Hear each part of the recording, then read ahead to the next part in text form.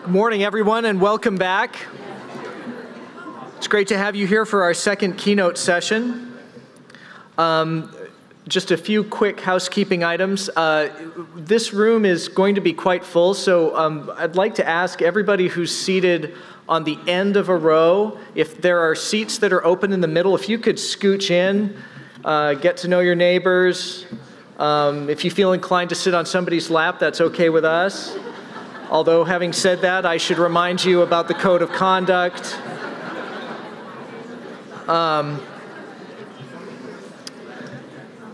We'd like to thank again all of our sponsors who are listed in the slides that you're seeing cycling through on the screens. In particular, we'd like to thank Aries for sponsoring the Wi-Fi at this conference, which, as we all know, is second only to coffee as a necessary element of any conference.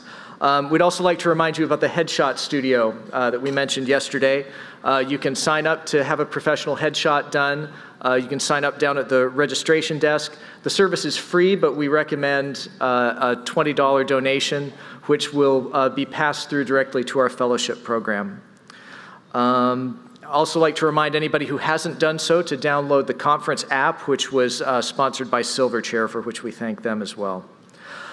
So I would now like to introduce Laura Ricci, who's going to introduce today's keynote speaker. Laura?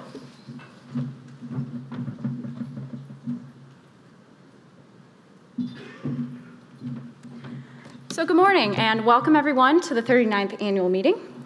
I'm very pleased to introduce this morning's keynote speaker, Mr. Jeff Mervis.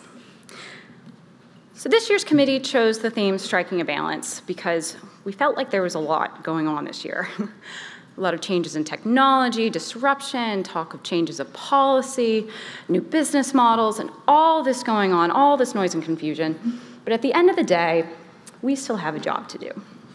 And the SSP annual meeting is our chance to take a step back, to look at the leading indicators, understand what we might need to change, and where we have the opportunity to prove our value as an industry.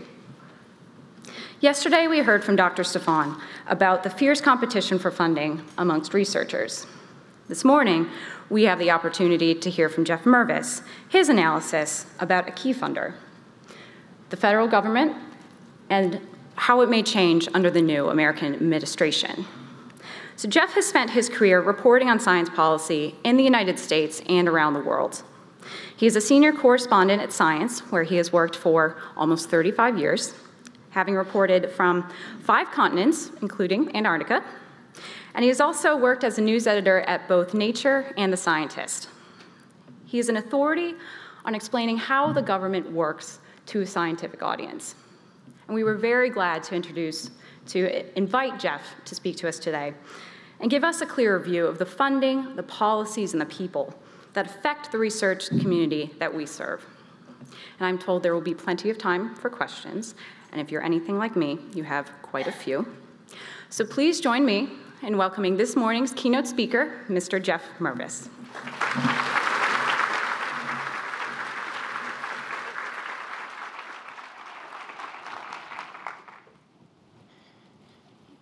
Hello, welcome.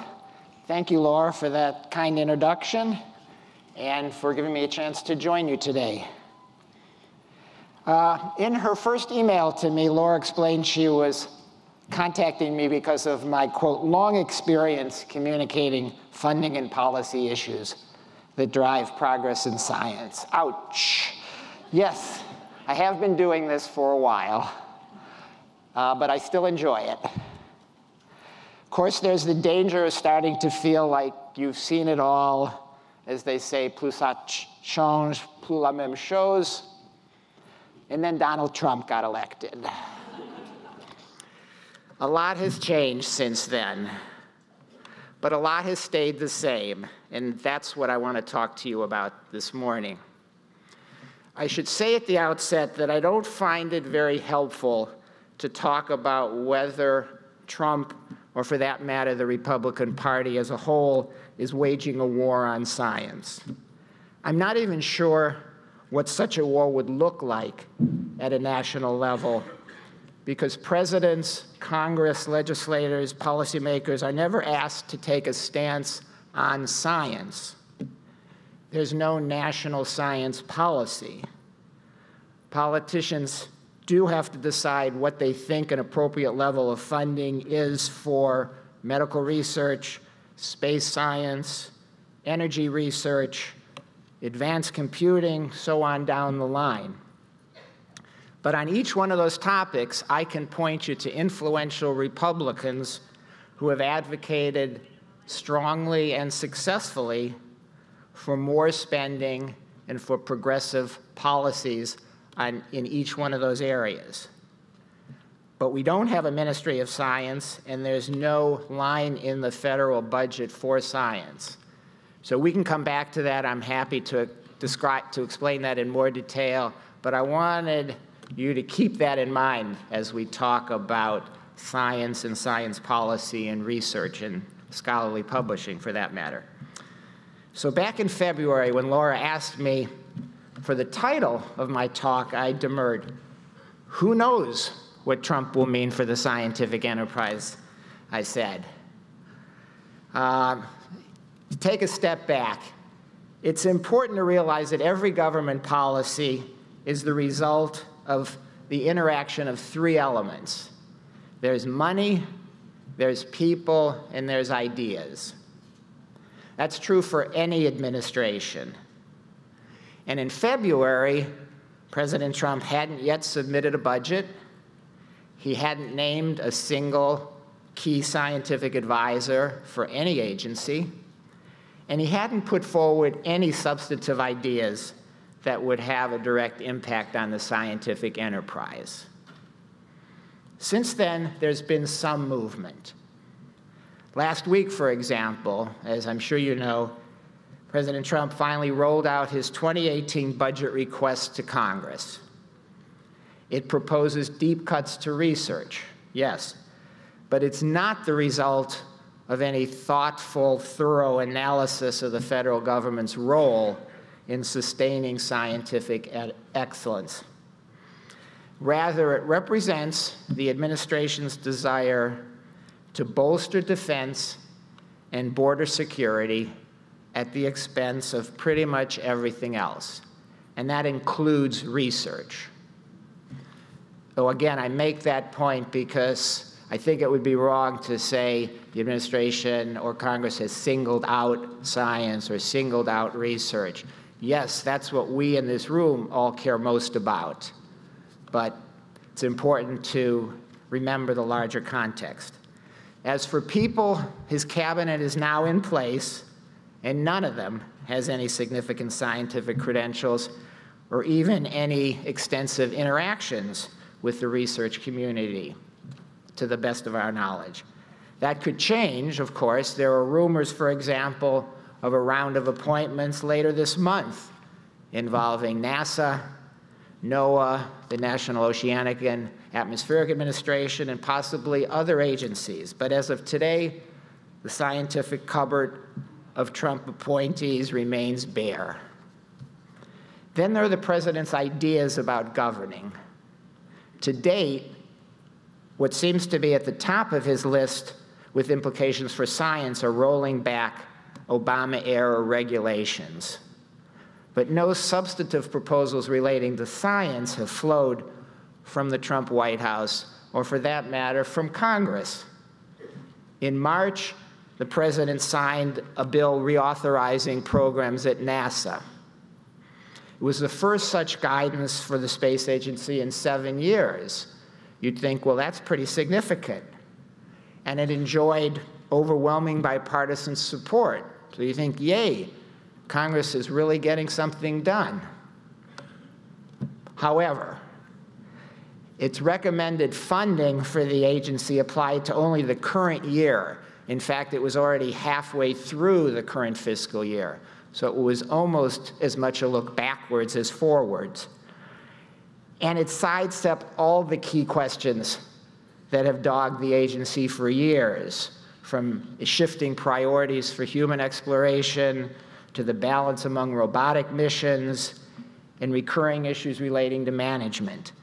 Again, I don't tell you that because I think you care or follow NASA, but I think it's an example of how even when Congress and the administration apparently get together, it doesn't necessarily set a direction for an important agency. So now that I've painted that big picture, I'd like to take a little closer look at each of those three components. And again, I'd be happy to go into more detail in the questions afterwards. So let's start with people. Yes, the two leading federal agencies supporting academic research, NIH and NSF, have seen minimal disruption in the front office.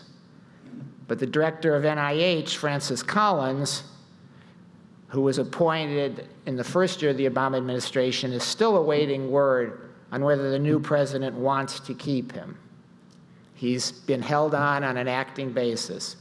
And that's no sure thing. Recently, some conservative members of Congress opposed to research on embryonic stem cells have demanded that Trump fire Collins because of NIH's policy in that area. In contrast, the director of the National Science Foundation, France Cordova, is in the midst of a fixed 6-year term that runs until May 2020. Unlike the NIH director and most other agency heads. And while she serves at the pleasure of the president, firing her would be very unusual. But NSF is an exception. All the other major science agencies are now being run by acting directors, administrators, or office heads. In addition to the agencies I've already mentioned, the list includes NIST, National Institute of Standards and Technology, U.S. Geological Survey, Department of Energy's Office of Science, DARPA, the Defense Advanced Research Projects Agency within the Pentagon, the equivalent agency at Energy called ARPA-E, and so on. A running tally by the Washington Post and the nonpartisan Partnership for Public Service shows that fewer than 10% of the more than 500 critical slots requiring Senate confirmation have been filled, less than 10%. Obama and Clinton were above 50% at this stage of their presidencies. And President George W. Bush had about 1/3 of his people on board. And that wasn't always because they had control of Congress. Trump's low batting average is not because the Republican-controlled Senate has failed to take action. I would argue, although some nominees have run afoul of federal ethics rules, a bigger problem seems to be the administration's seeming indifference to staffing up a working government. The most recent science vacancy is at the Census Bureau. Excuse me. After John Thompson, another Obama appointee, announced his retirement at the end of this month. With the Bureau running out of time and money on its plans to modernize the 2020 census, the every 10-year head count of the entire country, census may actually be the agency most urgently in need of a new leader. And there's even a law that Congress passed in 2012 setting a fixed term for the director that starts in years that end 2 and 7 to avoid the leadership vacuum that's now facing the agency. To be sure, federal agencies can operate for an indefinite amount of time without a Senate-confirmed leader. And presidential transitions happen every 4 or 8 years. So there's always a certain amount of churn. But an acting head is less likely to try to change the way an agency operates or to propose new programs. And an interim also speaks with less authority within the administration and before Congress. One vacancy that has attracted considerable attention within the science policy circles is the president's science advisor. That person is also traditionally the head of the Office of Science and Technology Policy, goes by the acronym OSTP, within the White House. If the president so chooses, that twin-hatted administrator can serve as the quarterback for the administration's science and technology policies. President still calls the plays, but the science advisor makes sure that the scientific and technical implications of any particular policy have been explored and that the key agencies have been consulted. That was the case under John Holdren, advisor to President Obama and also director of the office. And he did that with an office that doubled in size to more than 100 people. OSTP also staffs an advisory group called the President's Council of Advisors on Science and Technology, goes by the acronym PCAST, which over the last 8 years have issued a steady stream of reports that both flagged emerging issues for the Obama administration and provided guidance on existing initiatives. They were presidentially appointed, but they were prominent outside leaders of the scientific community. How will Trump use OSTP? Many people are guessing that he'll do the minimum. The office is congressionally mandated under a 1976 law, so he can't just kill it. And his recent budget request even preserves its tiny $5.5 million budget. The majority of the staff under Holdren was on loan from other agencies. That's why it could operate in such a lean fashion. But the science advisor, separate from the director of the Office of Science and Technology Policy, is part of the president's personal staff. And it's not clear that Trump feels he needs one. The name of people who allegedly have been considered pop up from time to time. You may have heard a few of them, but at the moment they remain rumors, and personally I don't put a lot of stock in them. So that has left lobbyists free to play a classic Washington game. Will the person that Trump chooses have the respect of the scientific community? And would someone who has earned that respect agree to take the job? We'll find out, but that's a question that's sort of floating in the air. Now let's return to the budget. For most people, money is the first thing that comes to mind when they think about how a president can affect science. As I've tried to explain, that's an incomplete view of the policy landscape, I think, but it's certainly important. So what does President Trump think about the government's role in supporting research? Trump has actually submitted 2 budget proposals to Congress since taking office in January. You may have missed the first one. It came out in March, and it applied to the rest of the current 2017 fiscal year, which starts on October 1st. The federal government has a fiscal year that runs from October 1st to September 30th. You may have missed it because it was tucked into Trump's so-called skinny budget request for 2018. That was a 60-page blueprint for what the administration wants to do, which was then followed up by the more recent budget. That, again, just as an aside, is common for a new administration. It was not unique to Trump, didn't reflect the fact that he hadn't lined things up. But we can say more about that later also. To recap, it called for deep cuts to civilian research as part of an overall shift in government spending toward the military and away from domestic programs. Congress basically ignored that request, and instead it adhered to a law passed in 2011, the Budget Control Act, that both caps overall spending and maintains a rough parity between the military and civilian components of the overall discretionary budget. That's an important concept. Again, I'm happy to go into the details later, but just keep that in mind. Current law puts a cap and also keeps a balance.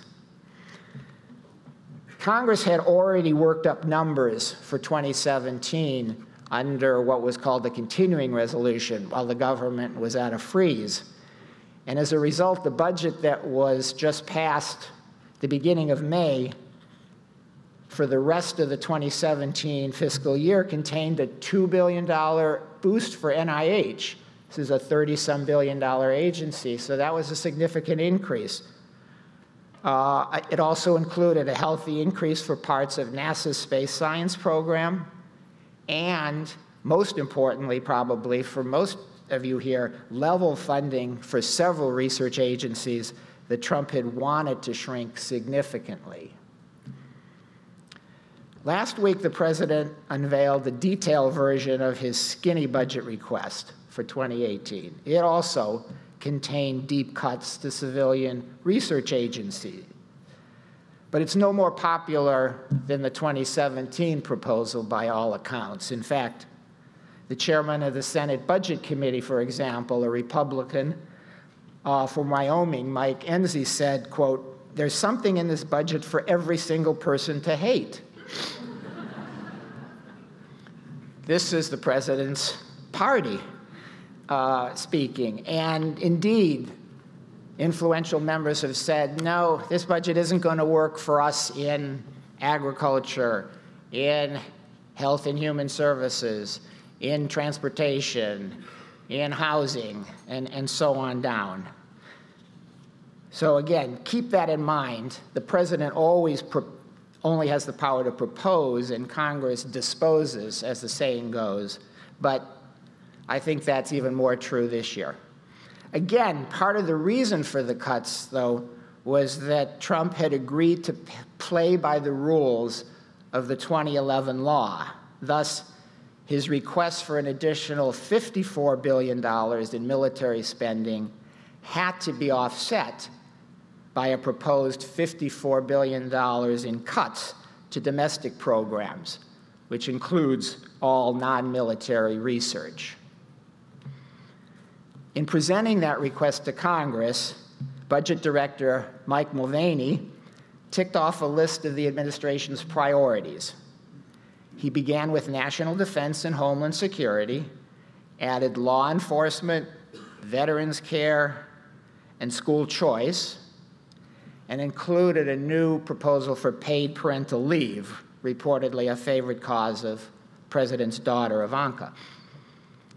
Every other federal activity was cut, Mulvaney explained, to keep the overall $4 trillion spending plan from adding to the deficit.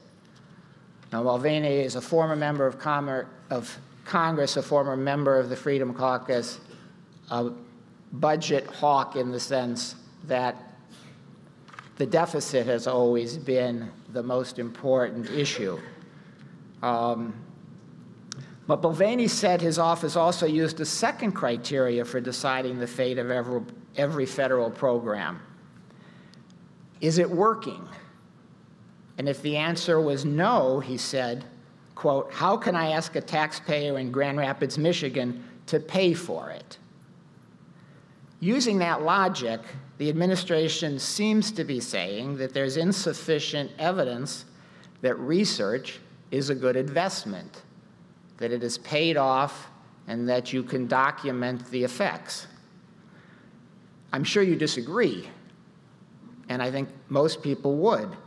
But my point is that the administration has put research in a category of programs that haven't proven their value. And I think that's something you need to know if you hope to influence policy or even to understand the dialogue. Okay, that brings us to the third component of policy, which is ideas. Excuse me.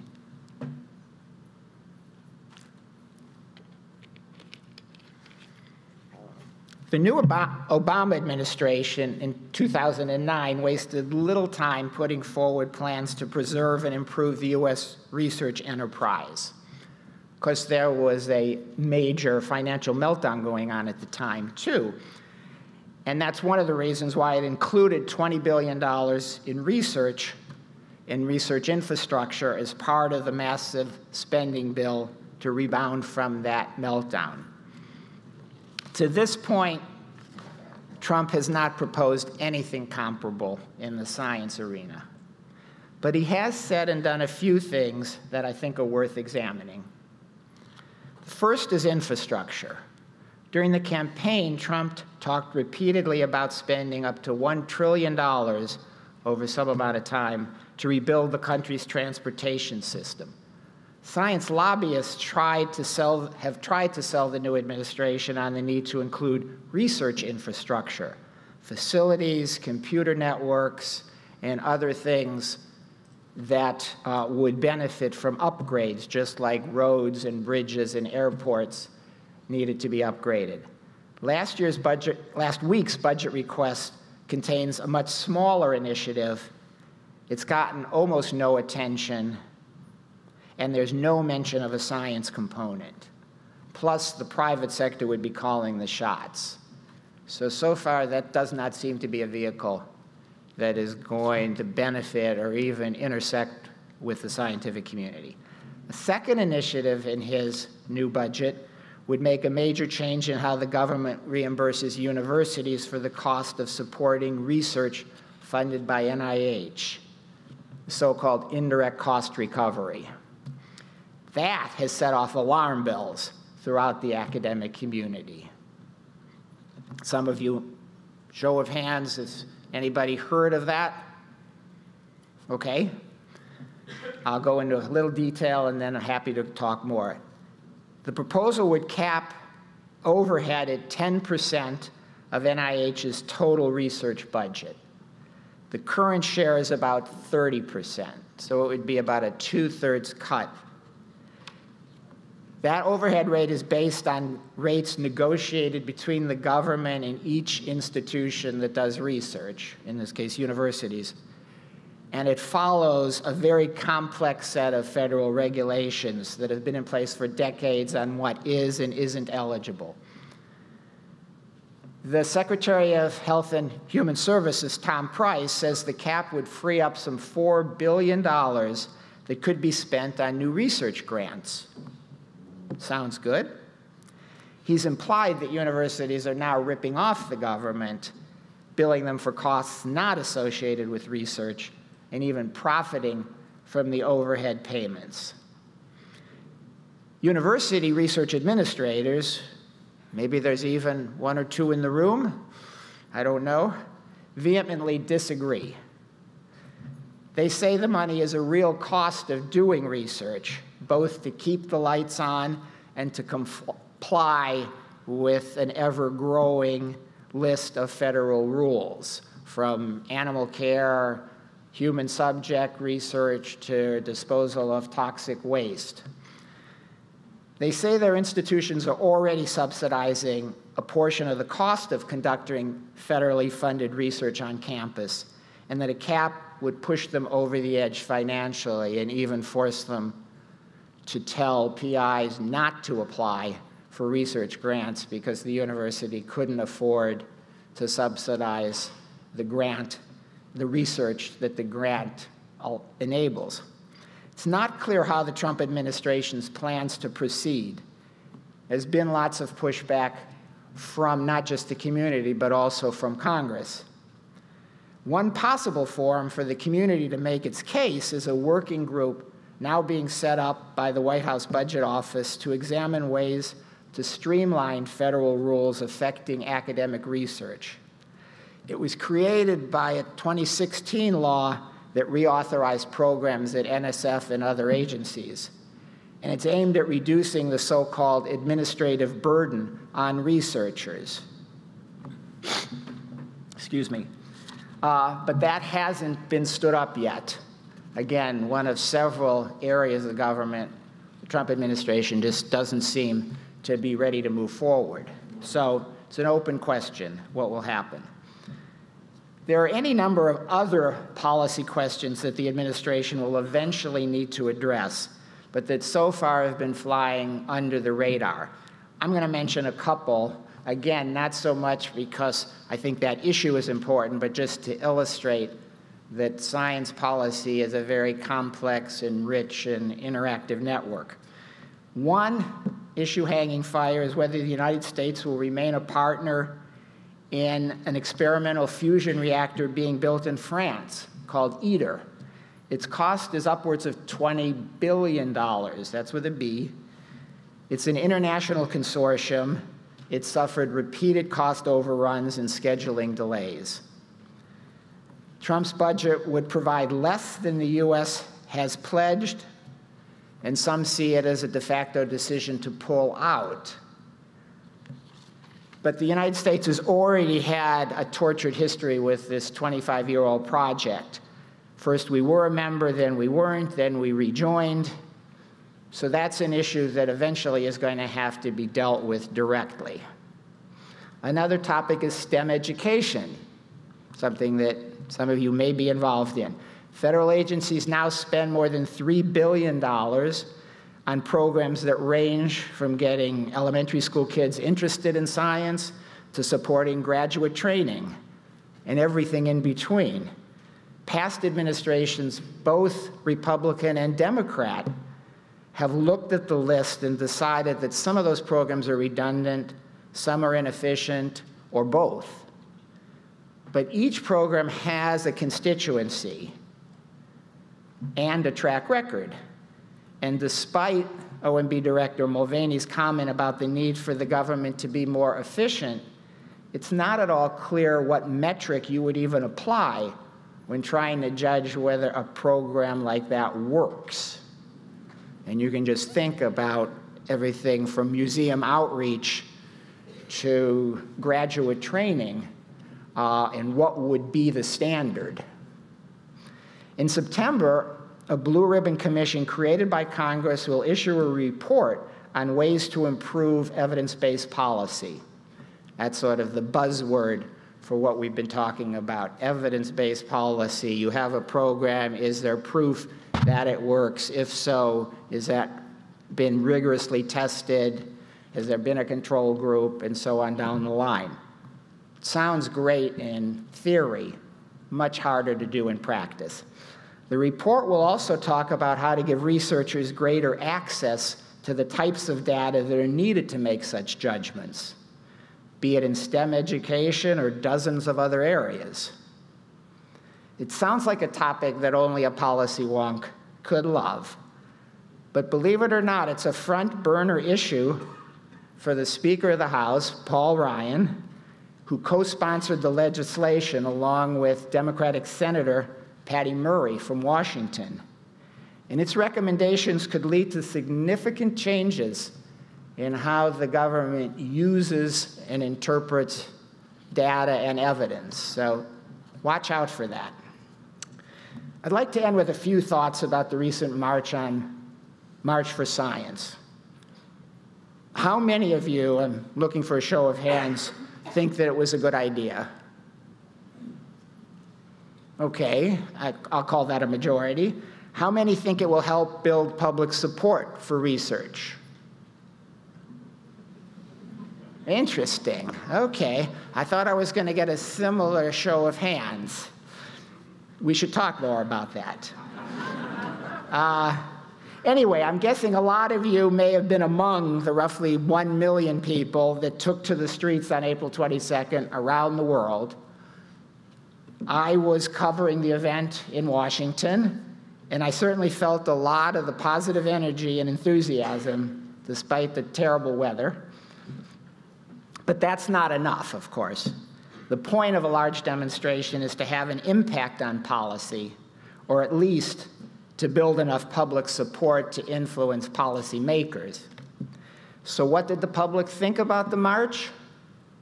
Well, Pew did a national poll a couple of weeks after the march, and guess what? The public is divided right down the middle. Some 44% of the 2,000 adults that were polled thought it would help build support for science. 44% thought it would make no difference at all. But more interesting to our conversation this morning is that Pew also found the issue is very partisan. 68% of Democrats thought that the march was a good thing, compared to 44% overall. 61% thought it would increase public support for science. So they were much more optimistic than you folks. But only 25% of Republicans backed the march, and even fewer, 22%, less than 1 in 4, thought it had helped to make the case for science. So what's the take-home message for politicians? I think it's pretty clear. If you're a Democrat, your base is telling you to speak up for science. But if you're a Republican, your constituents are saying it's not that important an issue, and you certainly don't need to go out of your way to show your support. So what does that mean for you and others in the science community who want to influence national policy? Well, one takeaway is that Republicans aren't buying what you've been selling. That doesn't mean they are necessarily anti-science, but it does mean that your message is not getting through. So you can either keep repeating it with the hope that somehow the response will change, or you can look for fresh ways to package the value of science and keep plugging away. In other words, if you want to be a player in Washington, you need to play the hand that's been dealt, not some hypothetical situation that you'd like to exist. I hope I've given you some ideas this morning on how to do that, and I'm happy to explore those issues further, so let's move to questions.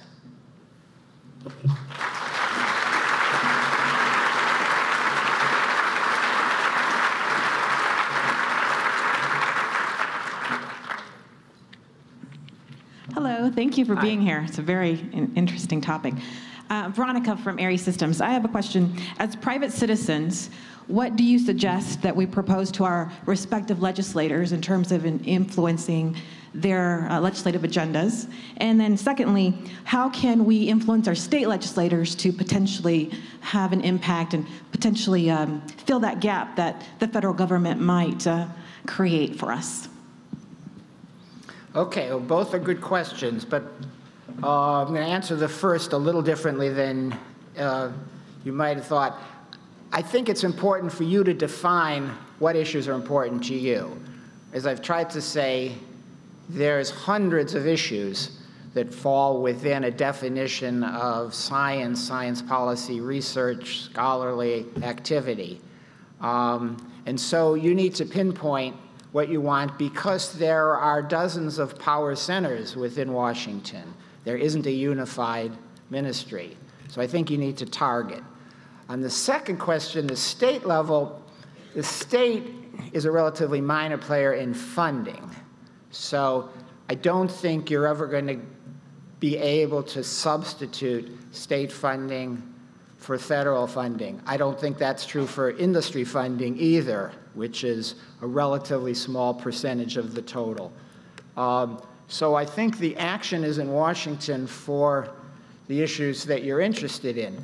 At the state level, however, there are some issues that are important. Education, for one, and that's certainly an area where you can get involved. And then there's also redistricting and state legislatures, because the redistricting affects the representation in Congress. So that's something where you can get involved in.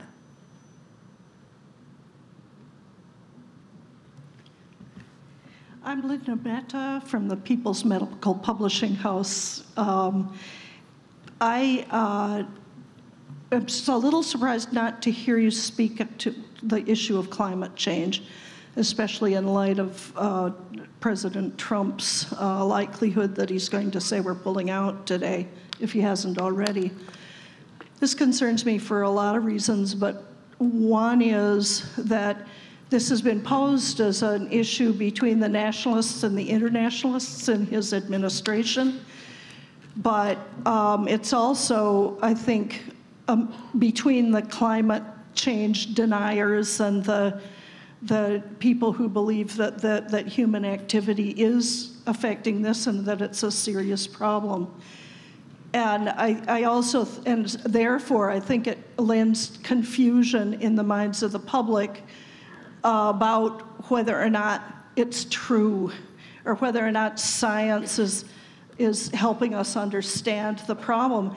And as publishers and journalists, what is there a better way to educate the public about this? We seem not, I mean, people seem to have made up their minds and built their camps.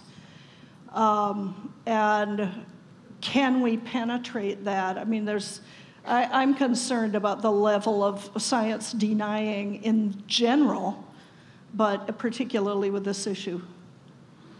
Yeah, well, I mean, you've certainly raised an important issue. I didn't mention it, not because I didn't think it was important, but let me unpack a couple of elements to that. And one is, whether President Trump announces we're going to pull out of the Paris Accord doesn't mean that the science changes or that even economic policies affecting the emission of greenhouse gases changes. So it's important to keep that in mind. It's a voluntary agreement. There's lots of things that are going on at the state level. Obviously, the federal government can play an important role, but it's not the only game in town. As to your second issue, which I think probably, hits closer to the bone for you folks in publishing, is how to, what you said, educate people, break through. Well, without sounding too critical, I just want to raise the issue of how that communication happens and what might make it more effective. And I think all of us know from personal experience on any topic, if you assume the other person is wrong or ignorant or both, you're not going to be very effective at trying to change their mind. So I think the idea that the scientific community, that people don't understand, that the way to get people to understand climate change is to keep talking about it and then expect them to just agree, I think is not going to be an effective strategy. I think the research needs to be done, it needs to be published, scientists need to continue to talk about it, but I think they also need to find ways to have a dialogue with people who don't necessarily disagree with the results, but they may not think it's important, or they may have other reasons for feeling the way they do. And rather than sort of argue about it and say, why don't you understand, I think a better strategy is to sort of say, here is the facets of that issue and the implications and how it plays out in your life, and let's talk about that. Now, again, I don't mean to be Pollyannish. I'm not saying that that's going to immediately change, somebody's mind, but I think in the long run, it's probably a more effective strategy than just saying, let me repeat this for you, which I think sometimes is the level of debate that we have now on climate change. So looking forward, can you forecast a little bit for us what a recovery period might look like from what may happen in the next couple of years? In other words, looking back in the past through previous tumultuous periods, which I'm certain have happened, what does it look like 8 years from now in terms of trying to get back, assuming things change in the administrations that come down the pike? Well, I don't have a crystal ball, so I guess I should say up front, I have no more idea than you do. But again, if I could parse that a little bit, I guess one of my main take-home message is that people don't think about science and research as this unified thing, and that everything that happens is either good for or bad for science, good for or bad for academic, research. Because there is a lot of support for a lot of agencies, NIH, just to take one, and I think it doesn't make sense to ignore that when you're talking about, is the sky going to fall and how are we going to recover from it? I just feel that it's much more useful to sort of get down at least one or two levels and say, okay, if you're interested in biomedical research, here's what's going on. Here are the people that agree with you. Here are the people that disagree with you. Here are some of the levers that you can use to influence them, rather than just say, this administration's science policy is terrible, let's just hold our nose and wait for it to pass. To me, that doesn't seem like an effective, useful way to look at the world. Do we have some questions? We have one in the back. You guys got it. From virtual? We have a question from Japan. Go ahead. Oh, okay. Sorry. Oh. Okay, my name's Susan Spilka. My question is somewhat of a follow-on to your last answer. Do you think foundations and government funders around the world can pick up the baton in this dark period, can and will pick up the baton, and support the initiatives that are, and the research? I mean, I think foundation funding has become a larger factor in a positive way in research funding. And again, I don't think this is specifically because of any administration.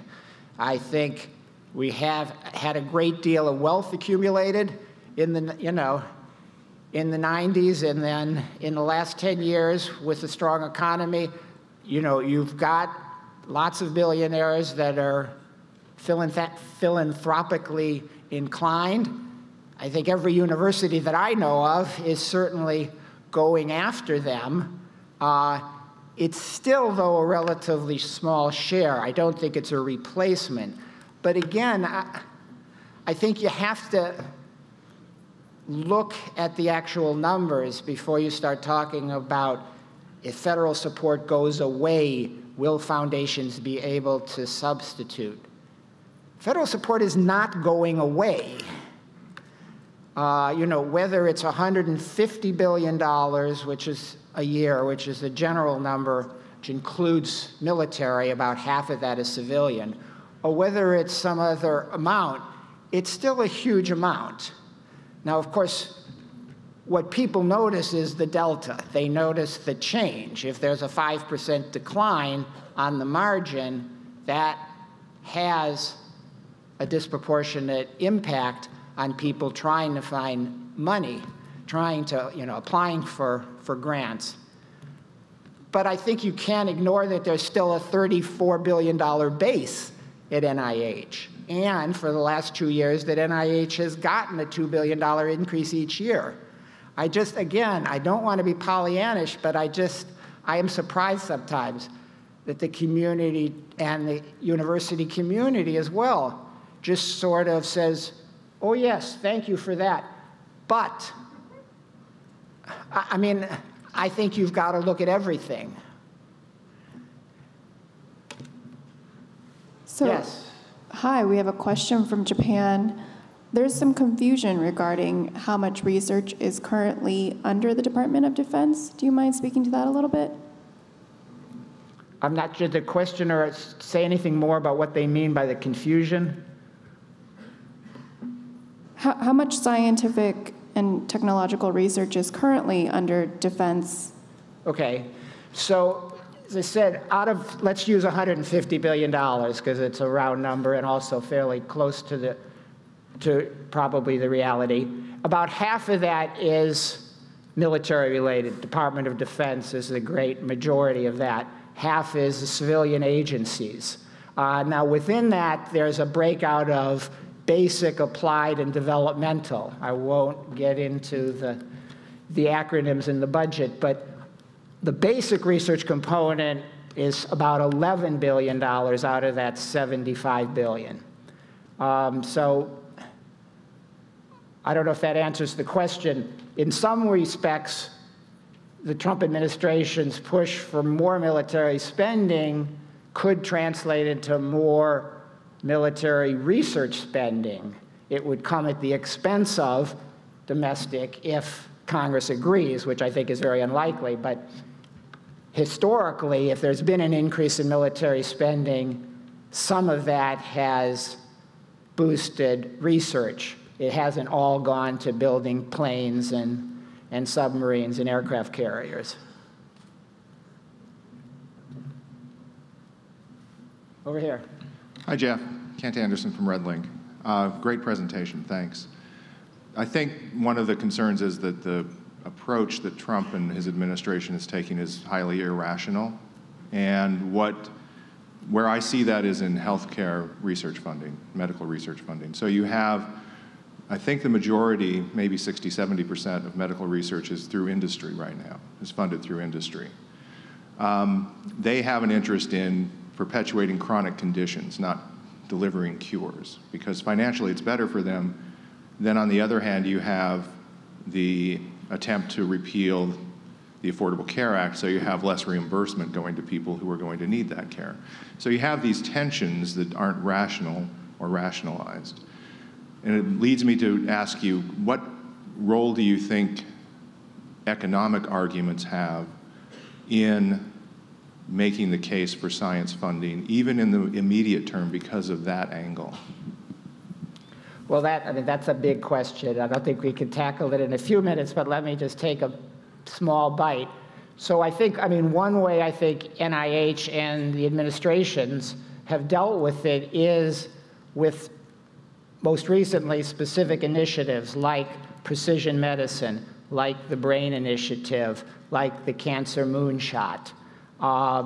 So I think what they've done there, the reason they've done that is to say it's not just basic research that we want to support, but it has a very immediate, it has a very visible eventual payoff in ways that will improve lives, help the economy, reduce healthcare costs.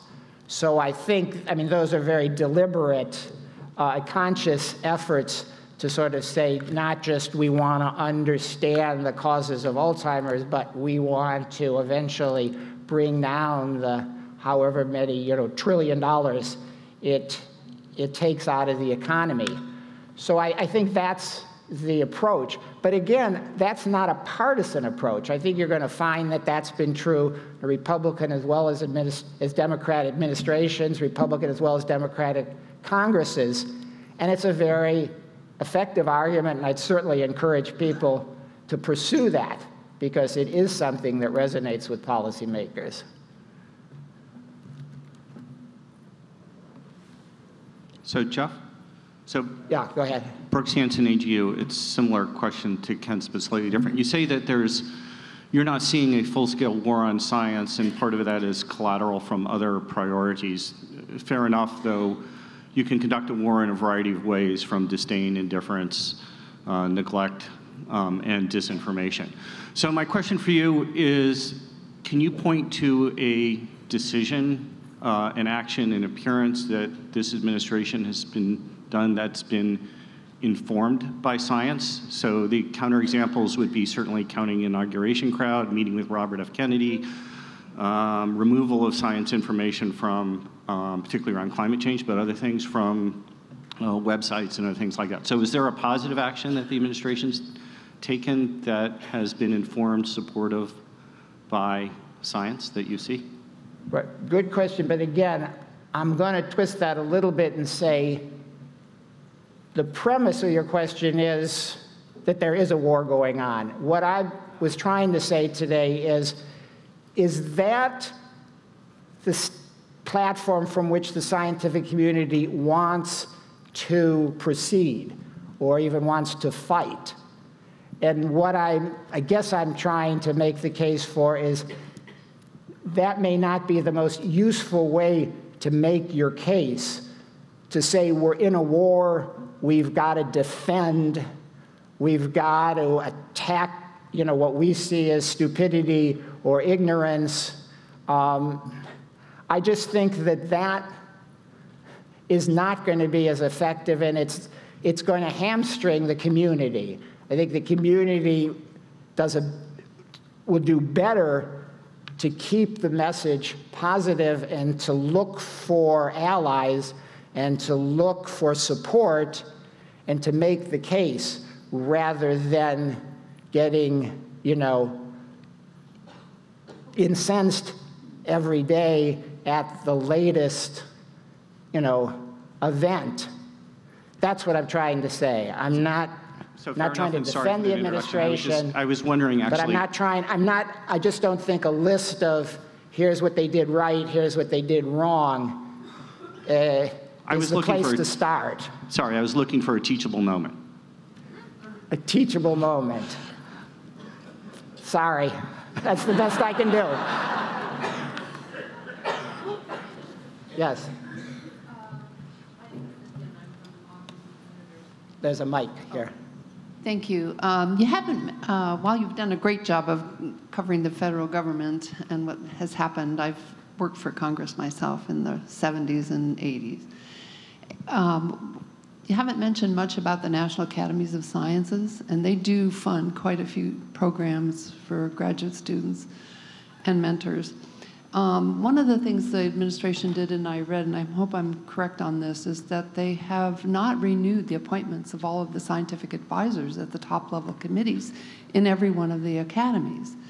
And this is the same kind of tactic they're using in not renewing or not hiring attorneys general across the country. You can't function at the top levels of government without having leaders in position. And this is doing another thing, too, not just decreasing the funding, but it's decreasing the expertise at the highest levels so that you're going to be, many people are serving into their 70s already. That's my cohort. And I see a lot of these people just throwing up their hands and not being able to withstand, the constant onslaught of questioning your expertise and the veracity of what you're saying. And so we're going to lose a generation of advisors in science as well as the funding for science. And these are the people that mentor the younger ones coming up.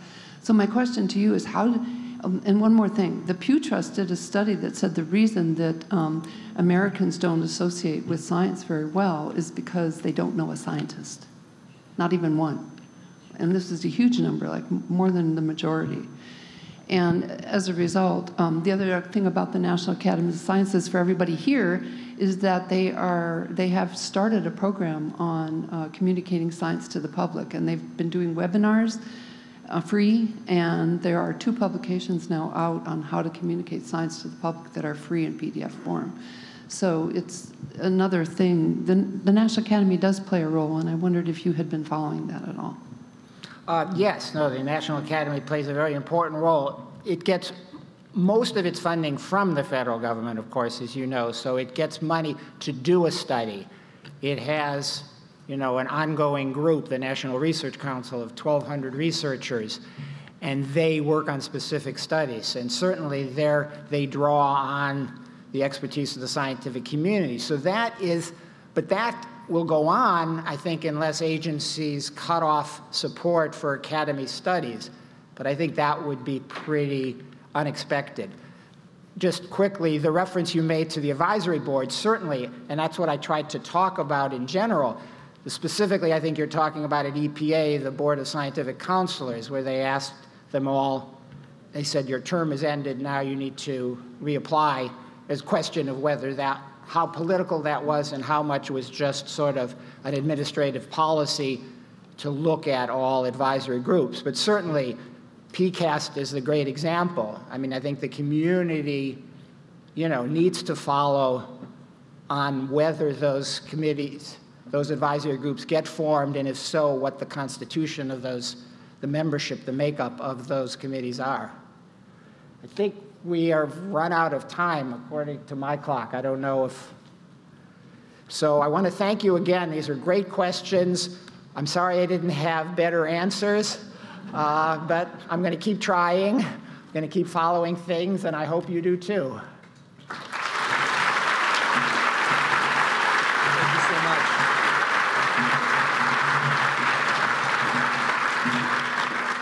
Thanks so much to Jeffrey for that very stimulating and informative presentation.